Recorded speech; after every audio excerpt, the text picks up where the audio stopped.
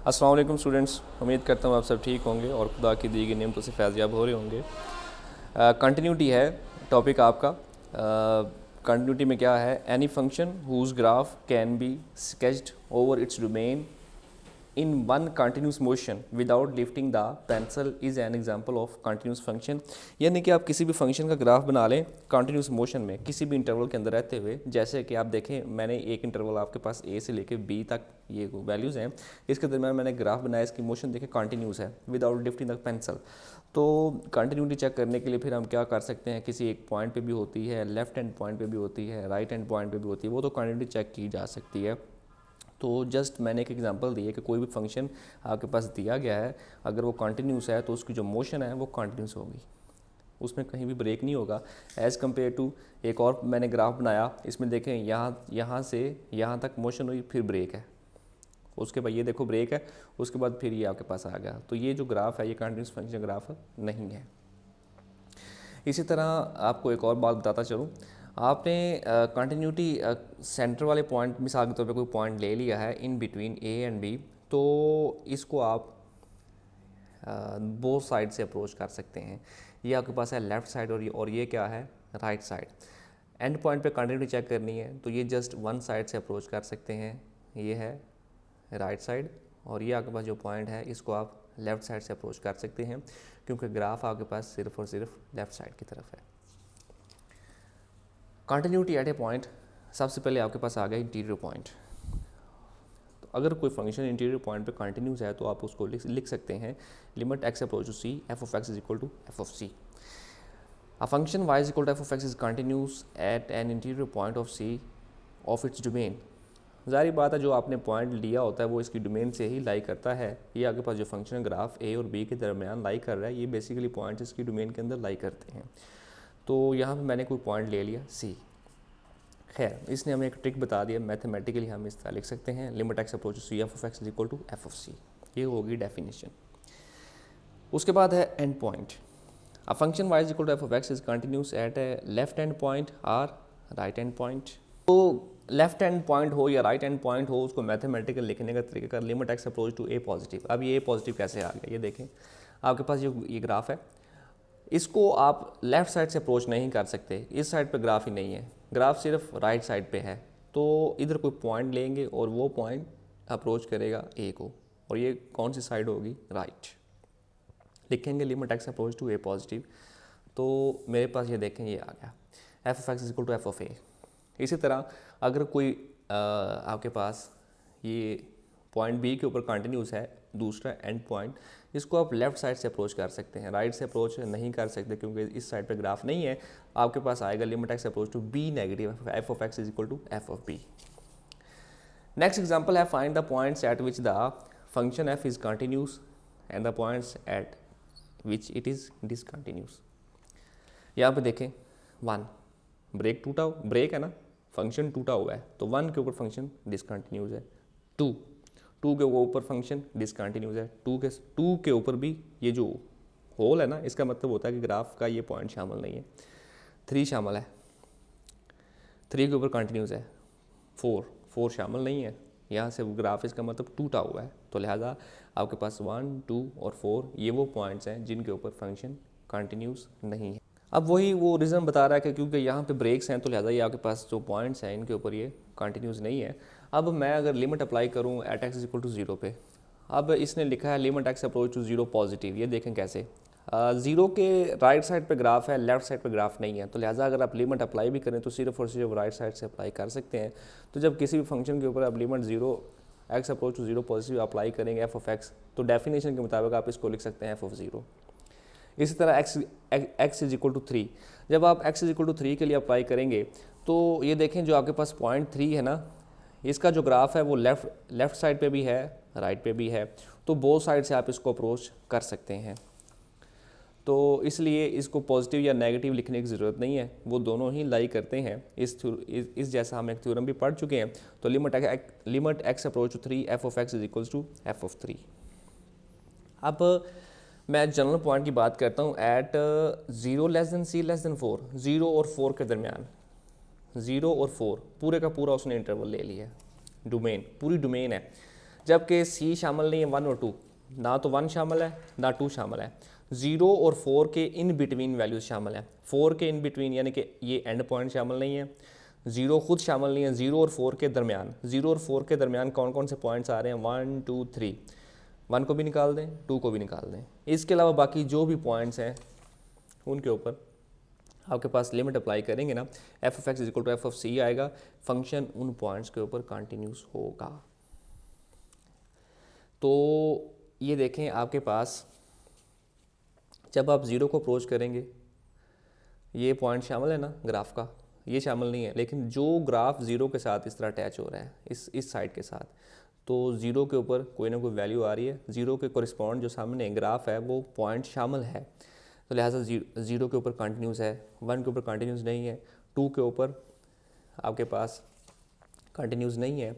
और इसी तरह 3 के कोरिस्पॉन्ड देखें, ग्राफ स्मूथ है, ठीक है, टूटा हुआ नहीं है, तो लिहाजा 3 के ऊपर भी ये कंटिन्यूस है। यहाँ पे आ गया, इसकी साथ उसने वजाहत लिख दी है।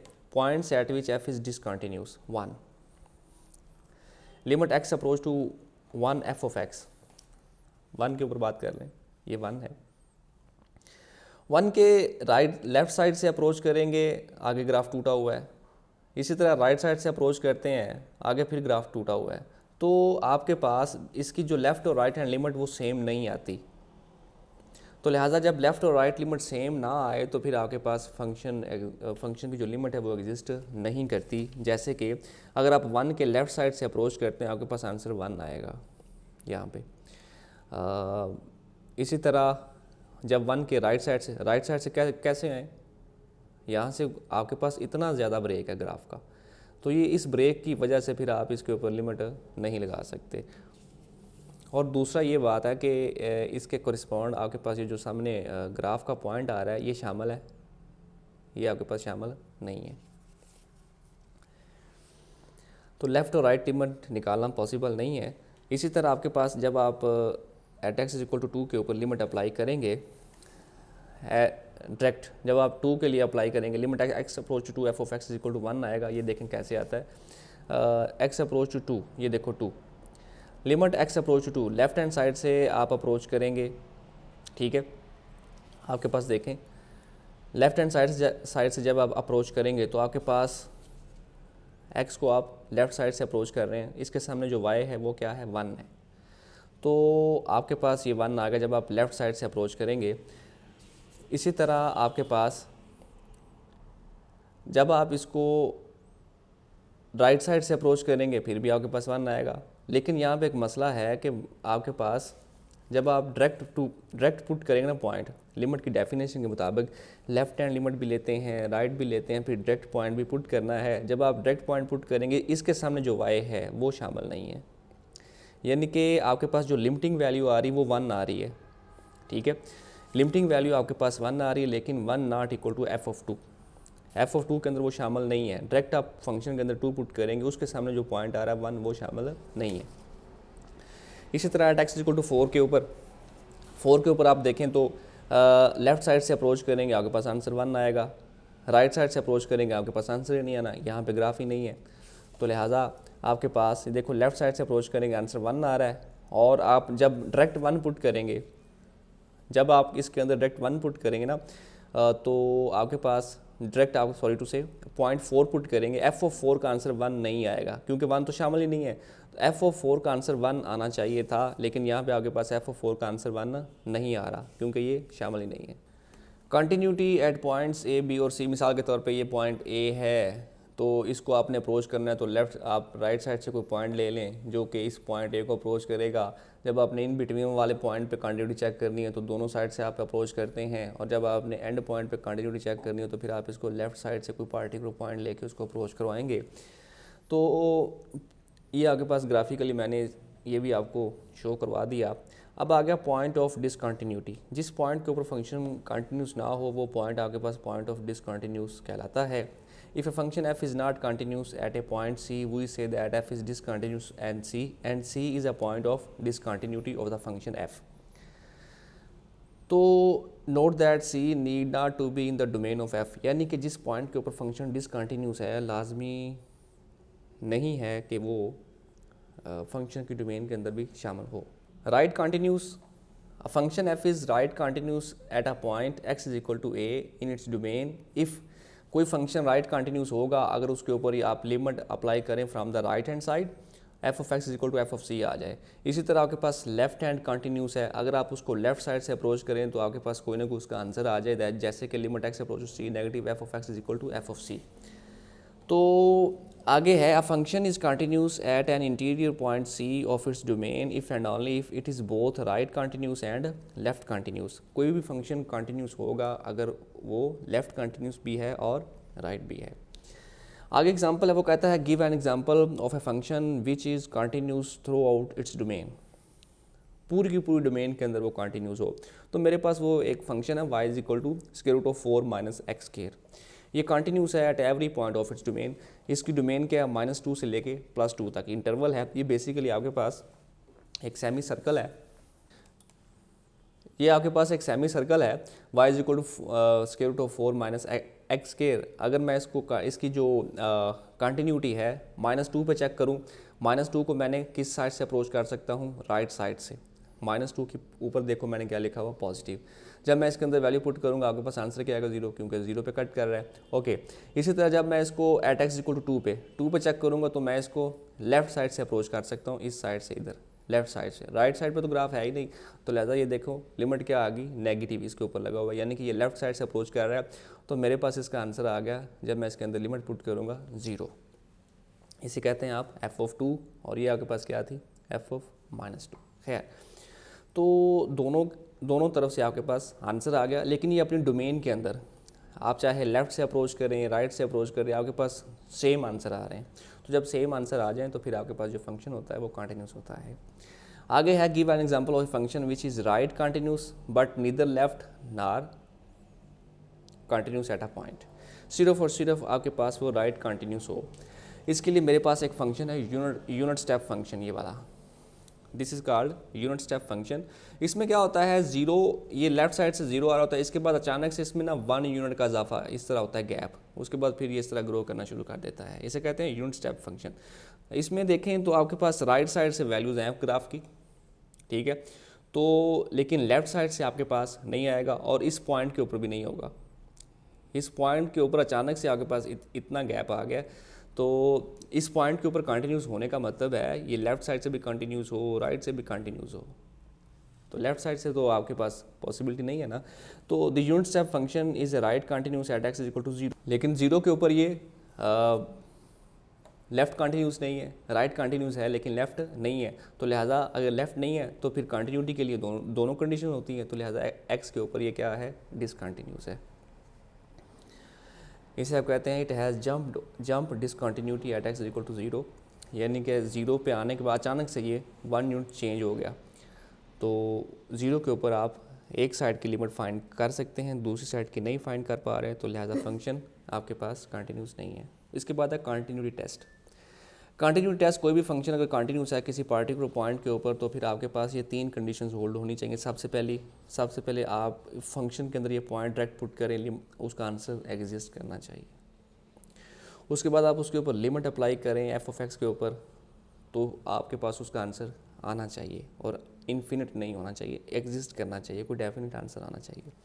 ये दोनों स्टेप करने के बाद फिर आपके पास फाइनल वो कहता है लिमिट अप्लाई करने से जो आंसर आ रहा है वही एग्जैक्ट नंबर पुट करने से आंसर आना चाहिए। अगर ऐसा हो जाए तो फिर आप कहेंगे फंक्शन की लिमिट एग्जिस्ट कर।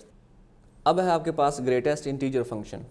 ग्रेटेस्ट इंटीजर फंक्शन को मैथमेटिकली यू डिफाइन करते हैं, y इज इक्वल टू, ये देखो बार्स हैं, ये बिलो द साइड क्लोज्ड हैं लेकिन अबव द साइड ओपन है, ठीक हो गया। इसे ऐसे लिख लें या फिर INTX यानी कि इंटीजर x। तो ग्रेटेस्ट इंटीजर फंक्शन को ऐसे लिखते हैं। तो द फंक्शन, इसके बारे में अब ये क्या है, the function is discontinuous at every point, eight every integer. ये एक ऐसा आपके पास ग्रेटेस्ट इंटीजर फंक्शन है जो कि हर इंटीजर के ऊपर, यानी कि हर पॉइंट कह लें या इंटीजर कह लें, बल्कि इंटीजर ज़्यादा बेस्ट है, हर इंटीजर के ऊपर ये डिसकंटिन्यूस दे रहा है। क्यों, ये देखो, मैं जब इसका ग्राफ ड्रा करूँगा ये देखो हर पॉइंट पे टूटा हुआ है, 1 पे ये टूटा हुआ है, 2 पे टूटा हुआ है, 3 पे टूटा हुआ है, ये पॉइंट्स ही शामिल नहीं है इसके अंदर, ठीक हो गया। तो लेकिन आपके पास ये जो जब ये एक तो ये ग्राफ टूटा हुआ है, ये स्मूथ नहीं है, पूरे का पूरा ग्राफ स्मूथ नहीं है, आपको हर लम्हे पेंसिल उठानी पड़ रही है, तो डेफिनेशन के मुताबिक आपको पेंसिल पिक ना करनी पड़े, स्मूथली आपके पास ग्राफ ड्रा होना चाहिए। तो लिहाजा ये फंक्शन एक तो उस डेफिनेशन के मुताबिक उस पर पूरा नहीं उतरता, दूसरा आप इसमें देखें आपके पास जो राइट हैंड साइड वाले सारे के सारे पॉइंट्स शामिल नहीं है क्योंकि ये सर्कल किए हुए हैं, लेफ्ट एंड पॉइंट्स सिर्फ और सिर्फ शामिल हैं।